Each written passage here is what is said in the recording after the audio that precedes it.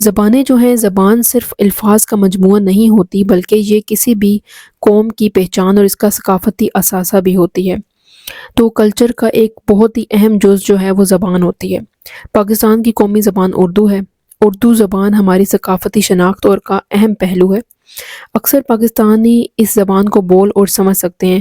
ملک بھر میں لوگ مختلف علاقائی زبانیں بھی بولتے ہیں، مطلب ریجنل لینگویجز بھی ہماری بہت زیادہ ہیں، جیسے کہ بلوچستان میں بلوچی، پشتو اور براہوی بولی جاتی ہے۔ پنجاب میں جیسے کہ ہم کہہ سکتے ہیں کہ پنجاب میں کون سی زبان بولی جاتی ہے، پنجابی، سرائکی اور پوٹواری بولی جاتی ہے۔ سندھ میں سندھی، صوبہ خیبر پختونخوا میں پشتو، ہندکو اور سرائکی، گلگت بلتستان میں بلتی، شینا، بروشکی، وقی اور دیگر زبانیں بولی جاتی ہیں، ٹھیک ہے۔ اس کے علاوہ جموں کشمیر میں کشمیری اور پہاڑی زبانیں بولی جاتی ہیں۔ جو پہاڑی جو علاقے ہیں ان میں پہاڑی زبانیں ڈیفرنٹ قسم کی بولی جاتی ہیں۔ ملک بھر میں اردو زبان کے ساتھ ساتھ دیگر علاقائی اور مقامی زبانوں میں بھی ادب اور شعر و شاعری کے فن پارے موجود ہیں۔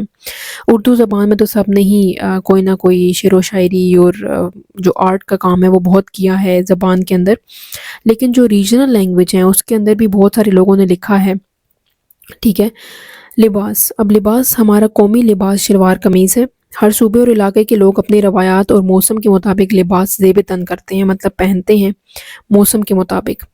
یہ رنگا رنگ ملبوسات پاکستان کے موسمی حالات اور مذہبی ضرورتوں کے پیش نظر تیار کیے جاتے ہیں کہ ہمارا جو مذہب ہے وہ ہمیں کیا اجازت دیتا ہے اور ساتھ میں ہمارے موسم جو ہیں وہ کیا ہیں۔ اب صوبہ سندھ میں سرخ اور گہرے نیلے رنگ کا ہاتھ سے چھپا ہوا خاص کپڑا تیار کیا جاتا ہے جس کے اجرک کہتے ہیں، ٹھیک ہے۔ وہاں پر اجرک آپ نے دیکھا ہوگا کہ بہت زیادہ مشہور ہے۔ یہاں ریشمی دھاگوں اور چھوٹے چھوٹے شیشوں سے کپڑوں پر کڑھائی کی جاتی ہے جسے گنج کہتے ہیں۔ سندھی مرد سر پر خاص شیشوں والی ٹوپی پہنتے ہیں، یہ ہم نے بہت دفعہ دیکھا ہوگا۔ پولیٹیکل جو مطلب جو چینلز ہیں ان کے اوپر بھی ہم لوگوں نے دیکھا ہے کہ وہاں کے لوگ کس طرح سے کپڑے پہنتے ہیں۔ وہاں کے جو پولیٹیکل لیڈرز ہیں وہ بھی سندھی جو اجرک ہے اور اس کا استعمال کرتے ہیں۔ پنجابی خواتین اپنے کپڑوں پر خوبصورت بیل بوٹے کڑھائی کرتی ہیں جسے پھلکاری کہا جاتا ہے۔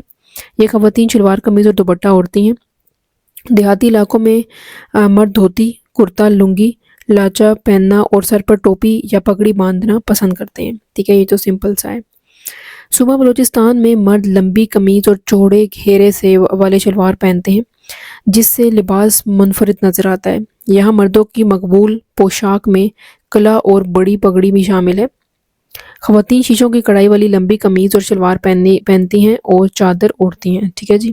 اس طرح سے بلوچستان کی خواتین جو ہیں کپڑے پہنتی ہیں۔ پاکستان کے دیگر علاقوں کی طرح صوبہ خیبر پختونخوا کا عام لباس بھی شلوار قمیض ہے۔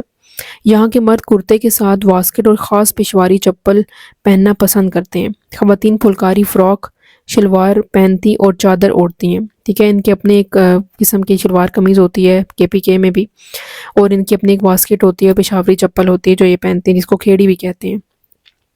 کشمیری مرد اور خواتین کڑھائی والے چوگے پہنتے ہیں جنہیں مقامی زبان میں پیرن کہتے ہیں۔ مرد سر پر ٹوپی پہنتے ہیں جبکہ کشمیری خواتین سکارف پہنتی ہیں، ٹھیک ہے۔ یہ تو کافی ایزی ہے۔ گلگت بلتستان کے لوگ اون سے بنے ہوئے کوٹ، چوگے، ٹوپیاں پہنتے ہیں۔ یہاں کے لوگ کھلا لباس پہنتے ہیں جسے شوکا کہا جاتا ہے۔ یہ لوگ سر پر ایک مخصوص اونی ٹوپی پہنتے ہیں۔ یہاں کے خواتین کے لباس کا سب سے خوبصورت حصہ روایتی ٹوپی ہے۔ خوبصورت کڑھائی والی ٹوپی ایراگی یہاں کی سب سے مشہور ٹوپی ہے، ٹھیک ہے۔ اس طرح کی وہ ٹوپی پہنتی ہیں، اور مرد جو ہے وہ اس طرح کی ٹوپی جو ہے وہ چترالی ٹوپی جس کو کہتے ہیں، ٹھیک ہے جی۔ اب آ جاتے ہیں جی پکوان، فوڈ پر۔ پاکستانی لوگ مزیدار کھانوں کے بہت شوقین ہیں۔ ملک بھر میں علاقائی کھانے اپنی خوشبو اور ذائقہ کے اعتبار سے بہت مشہور ہیں۔ خیبر پختونخوا کے معروف ثقافتی پکوان میں دبیزے کھوچا، بکرے کا گوشت، راجمہ، لوبیا کا سالن، کابلی پلاؤ، سیخ کباب، چپلی کباب، شامی کباب، شنواری کباب اور گٹے درجے وغیرہ زیادہ معروف ہے۔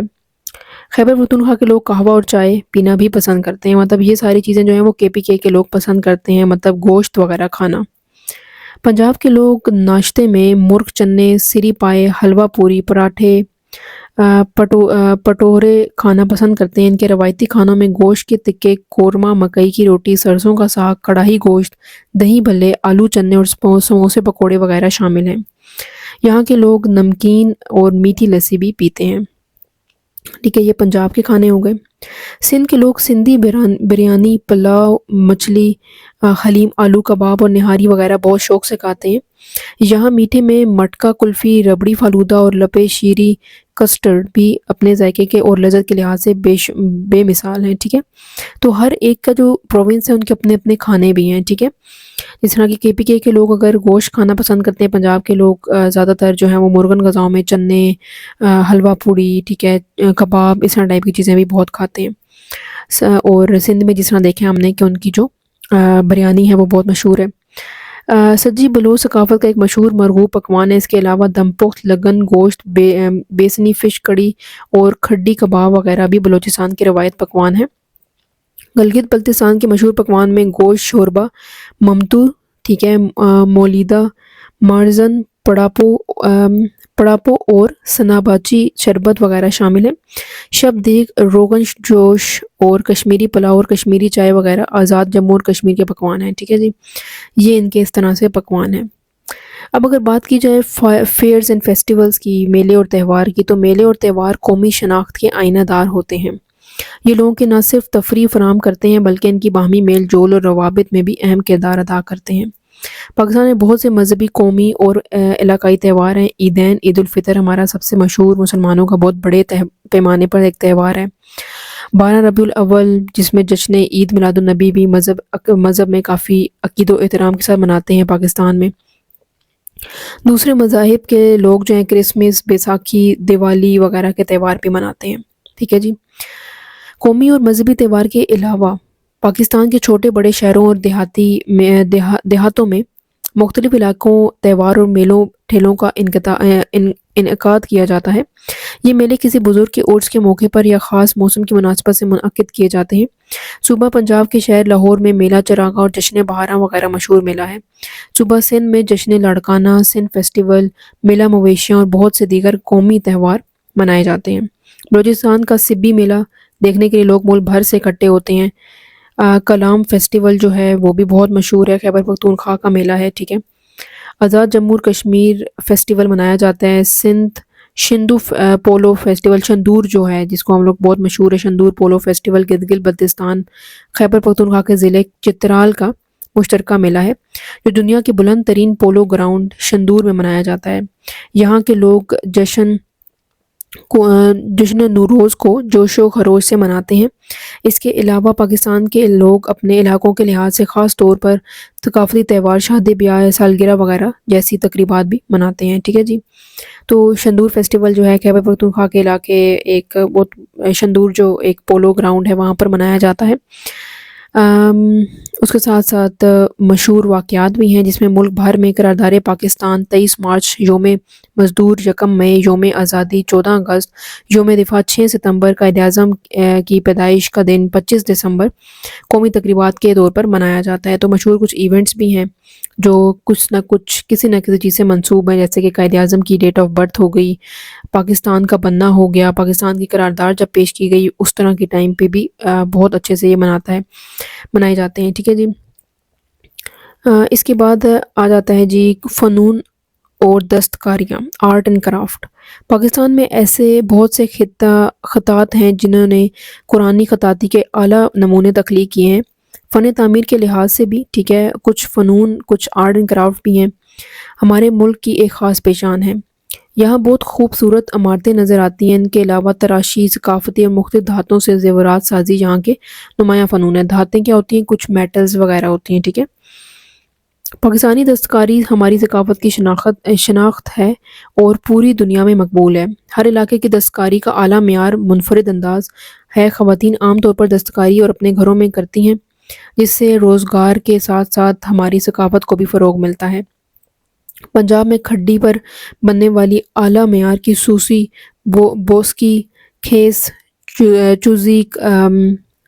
چوزی اور کرنڈی شال کی دنیا بھر میں مانگ ہے۔ ٹھیک ہے، پاکستان کے جس طرح کی یہ شالیں وغیرہ بنتی ہیں، کچھ ٹوپیاں بنتی ہیں، یہ کافی مشہور ہیں، ٹھیک ہے۔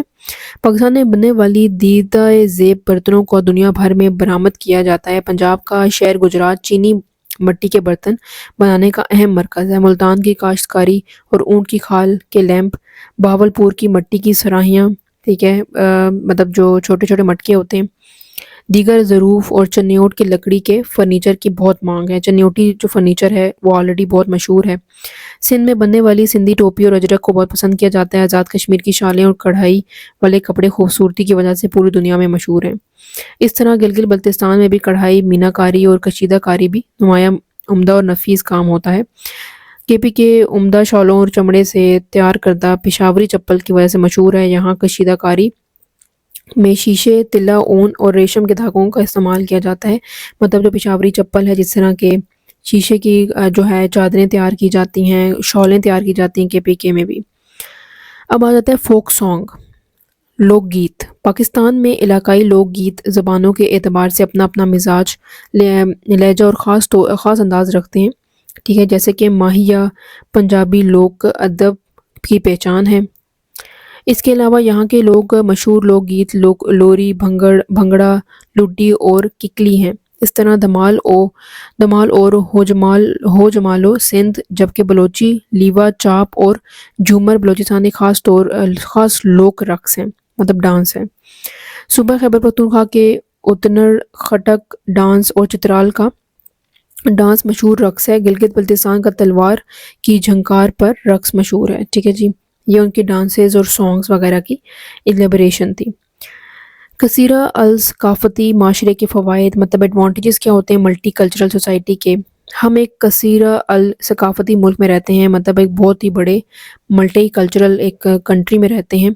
یہاں ثقافتی تنوع ہے، مطلب بہت ملٹی کلچرل ہے، ثقافت کا انداز ایک دوسرے سے منفرد بھی ہے۔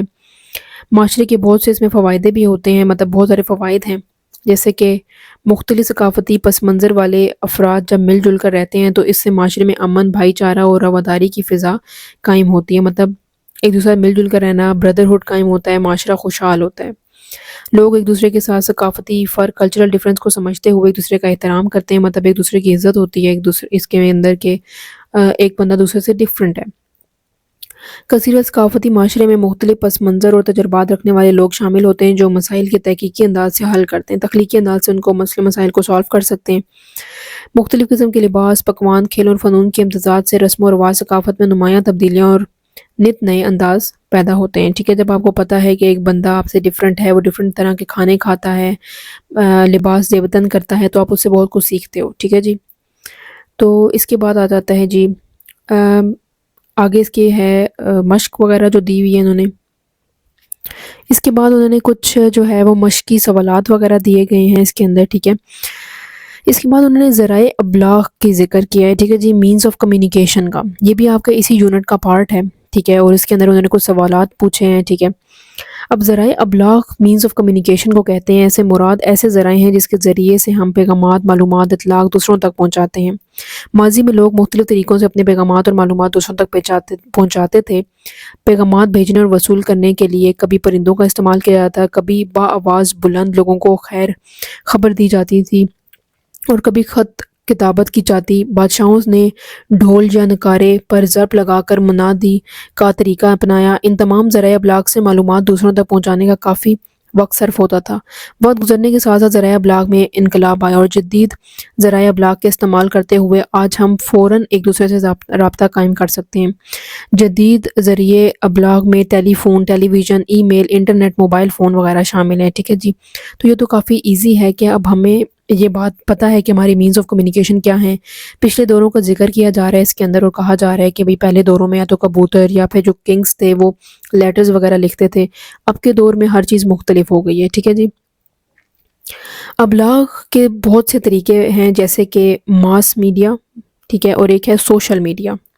اب ماس میڈیا کیا ہے؟ معلومات کو زیادہ لوگوں تک پہنچانے کے لیے وسیع پیمانے کے ذریعے ابلاغ استعمال ہوتا ہے، یہ ماس میڈیا کہلاتا ہے، جیسے کہ اخبار، رسائل، ٹیلی ویژن، ریڈیو اور انٹرنیٹ۔ یہ میس میڈیا جو ہوتا ہے نا، اس کے اندر یہ چیزیں آتی ہیں کہ سوشل میڈیا تو ہمارے پاس، جس طرح ہمارے پاس انسٹاگرام ہے، اسنیپ چیٹ ہے، جس طرح فیس بک ہے، یہ سب ہمارے پاس، ٹویٹر ہے، جبکہ میس میڈیا جو ہے وہ ہمارے پاس کیا ہے، ریڈیو، ٹیلی ویژن، نیوز پیپر، ٹھیک ہے، جو زیادہ تر لکھنے کے چیزیں جو ہیں، ٹھیک ہے، اخبارات اور رسائل، جو ہمارے پاس میگزینز ہیں، رسالے ہیں، وہ کیا ہیں؟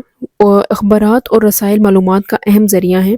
مختلف خبر رساں ادارے اخبارات کے ذریعے سے تازہ ترین اطلاعات، واقعات، تجربے اور اشتہارات عوام تک پہنچاتے ہیں۔ ان اخبارات سے قومی اور بین الاقوامی واقعات اور پالیسیوں کے بارے میں معلومات ملتی ہے۔ ہمارے ملک میں اخبارات اردو، انگریزی اور علاقائی زبانوں میں چھپتے ہیں۔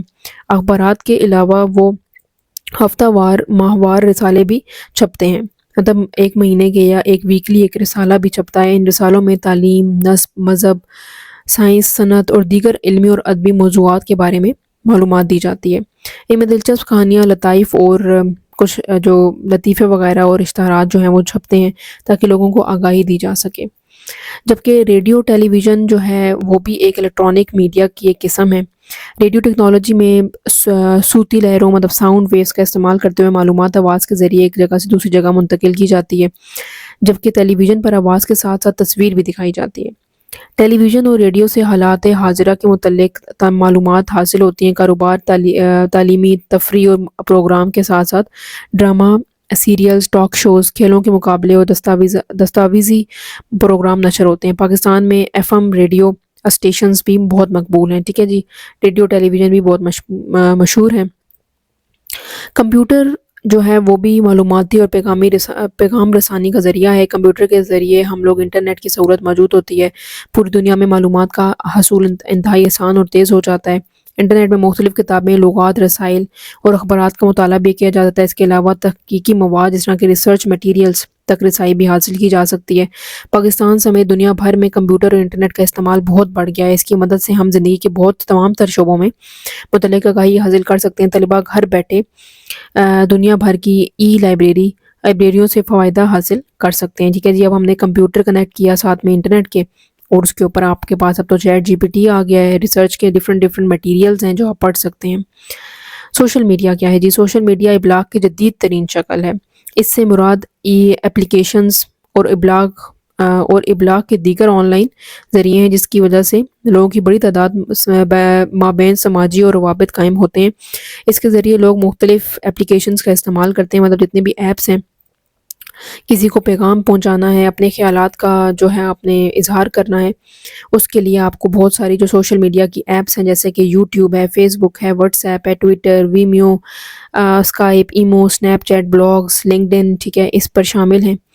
فون، لیپ ٹاپ، ٹیبلٹ پر آپ جو ہیں اپنی جو مطلب جتنی بھی انفارمیشن آپ لے سکتے ہیں وغیرہ۔ سماجی ذرائع ابلاغ ہیں، یہ سب جو ہیں وہ سماجی ذرائع ابلاغ ہیں۔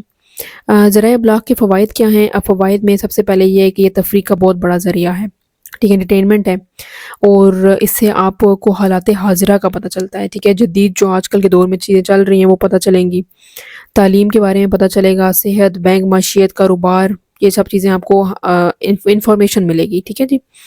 اب ڈس ایڈوانٹیجز کیا ہیں؟ اس کے کوئی نہ کوئی نقصانات بھی ہیں، ظاہری سی بات ہے۔ ٹیلی ویژن کو مسلسل دیکھنے سے آپ کی صحت پر، آپ کی جسمانی ذہنی تھکاوٹ آپ کو ہوگی، آنکھوں پر جلدی جو ہے وہ آپ کی آئی سائٹ ویک ہو سکتی ہے۔ بچے جو ہیں اپنے زیادہ تر وقت پڑھائی کی بجائے ٹیلی فونز کے اوپر، ٹیلی ویژن کے اوپر یا کارٹونز وغیرہ اور گیمز وغیرہ کھیلنے پر لگا دیتے ہیں، جس پہ ان کا وقت ضائع ہوتا ہے۔ سوشل میڈیا اپلیکیشنز کے ساتھ فیس ٹو فیس میل جول میں کمی جو ہے وہ اب ہو گئی ہے کہ ہم لوگ فزیکلی لوگوں سے نہیں ملتے، اب ہم کال کر لیتے ہیں سب کو، ٹھیک ہے جی۔ تحقیقی تجسس اور کتاب کے مطالعے بجائے انٹرنیٹ کی فوری معلومات پر اکتفا کرتے ہیں کہ ہم نے رسالہ نہیں پڑھنا، اب ہم نے ہر چیز نیٹ سے ہی لینی ہے۔ بعض اوقات کسی کے بارے میں بغیر تصدیق کیے باتیں کہہ دی جاتی ہیں کہ بھئی یہ بندہ اسی طرح کا ہی ہوگا، ٹھیک ہے، تو اس کو ہم لوگ تحقیق نہیں کرتے اور اس کو ایکسیپٹ کر لیتے ہیں۔ تو اس کے بعد انہوں نے کچھ اس کے اندر مشق دی گئی ہے کہ دیے گئے سوالات کے مختصر جوابات لکھیں، جیسے کہ ذرائع ابلاغ سے کیا مراد ہے، جو ہم نے پیچھے آلریڈی ابھی پڑھ لیا ہے۔ جدید ذرائع ابلاغ کے نام بتائیں، انٹرنیٹ کے کوئی سے 2 فوائد بتائیں کہ یہی فوائد ہیں کہ آپ نے سب سے پہلے تو آپ کو انفارمیشن ملتی ہے، جدید انفارمیشن ہے، دوسرا آپ لوگوں سے ایزیلی کنیکٹ ہو جاتے ہیں، ٹھیک ہے، آپ لوگوں سے اپنی رائے کا اظہار کر سکتے ہیں، ٹھیک ہے۔ تو اس طرح سے آپ نے اس کو مشق کو سولو کر لینا ہے۔ یہ ساری جو ہے وہ کوسچن آنسرز ہیں اس کے کہ ماہیہ لوک گیت ہے، ٹھیک ہے، تو وہ بیسیکلی پنجاب کا ہے. پیغامات اور معلومات پہنچانے کا قدیم ذریعہ جو تھا وہ کیا تھا؟ اور ایک دور میں ڈھول تھا. چپلی کباب، کابلی پلاؤ، روغن جوش معروف پکوان ہے KBK کے. ابلاغ کی جدید ترین شکل کیا ہے؟ Print media, electronic media, social media, cinema. ٹھیک ہے، یہ پرنٹ سوشل میڈیا ہے. ذہنی اور جسمانی صحت متاثر کب ہوتے ہیں؟ اخبارات سے، موبائل فون سے، ریڈیو سے، رسائل سے، موبائل فون سے. تو اس طرح سے آپ نے اس کو سولو کر لینا ہے. ٹھیک ہے، یہ جو تھا یہ یونٹ نمبر 2 تھا، یہ اس کی ہم لوگوں نے ڈسکشن کر لی ہے. اس کے بعد جو ہم یونٹ ڈسکس کریں گے وہ یونٹ نمبر 3 ہوگا. لیکن اس پوری لیکچر کے اندر ہم لوگوں نے صرف یونٹ نمبر 2 کو ڈسکس کیا ہے. ٹھیک ہے، جو امید ہے کہ آپ لوگوں کو ایزیلی سمجھ آ گیا ہوگا. ٹھیک ہے، اور اس کی ہم لوگوں نے تھوڑی سی مشق وغیرہ بھی دیکھ لی ہے. اگر آپ کو کوئی بھی مسئلہ ہو، کوئی بھی ایشو آ رہا ہو تو you can ask me in the comment section. ٹھیک ہے، please like, subscribe and share my channel. Keep supporting and that's all from my side. Thank you so much for watching.